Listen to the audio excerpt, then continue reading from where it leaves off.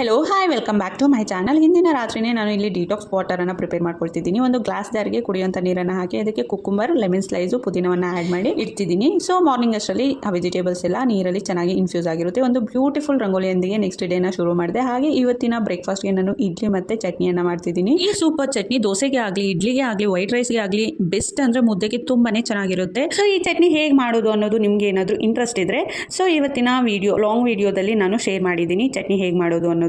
So miss ಮಾಡದೆ ಈಗಲೇ ಹೋಗಿ ಲಾಂಗ್ ವಿಡಿಯೋನ ನೋಡಿ. ಹಾಗೆ ವಿಡಿಯೋ ಇಷ್ಟ ಆದರೆ ವಿಡಿಯೋಗೆ ಒಂದು ಲೈಕ್ ಕೊಡಿ. ನನ್ನ ಚಾನಲನ್ನು ಮಿಸ್ ಮಾಡದೆ ಸಬ್ಸ್ಕ್ರೈಬ್ ಮಾಡ್ಕೊಳ್ಳಿ. ಸೊ ಇಲ್ಲಿ ನಾನು ಮಧ್ಯಾಹ್ನಕ್ಕೋಸ್ಕರ ಕಾಳು ಸಾಂಬಾರನ್ನು ಮಾಡ್ತಿದ್ದೀನಿ. ಸೊ ಕಾಳು ಸಾಂಬಾರನ್ನು ನಮ್ಮ ಯಜಮಾನರು ಮತ್ತು ಆಯುಷ್ಗೋಸ್ಕರ ಮಾಡಿದೆ. ನಾನು ಅದೇ ಸಾಂಬಾರನ್ನು ಸ್ವಲ್ಪ ತೆಗೆದುಕೊಂಡು ಒಣಮೀನನ್ನು ಹುರಿದು ತೊಳೆದು ಮತ್ತು ಒಣಮೀನು ಸಾಂಬಾರನ್ನು ಮಾಡ್ತಿದ್ದೀನಿ.